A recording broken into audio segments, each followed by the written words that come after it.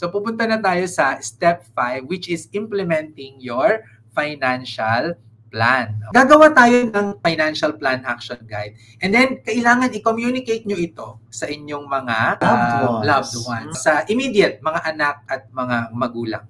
Conflict management, kailangan maging aware lang tayo dyan. Tapos, paano natin makukuha yung motivation and inspiration sa sarili natin para talagang ma-achieve yung mga life goals natin. Ito na yung sa retirement. Paano natin siya lalagyan ng action guide. Yung 15,000 pesos na tinatarget natin na SSS pension, ang action guide natin dyan, kailangan magbayad tayo ng maximum contribution sa SSS at wala dapat lockdown.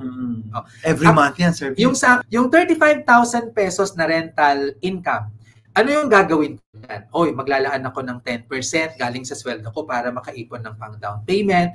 Hahanap ako ng ibang pagkakakitaan o sideline para mapabilis yung pag-iipon sa down payment. Wow! Magpursige sa trabaho kasi baka may housing program yung kumpanya o pwede kong magawa yun.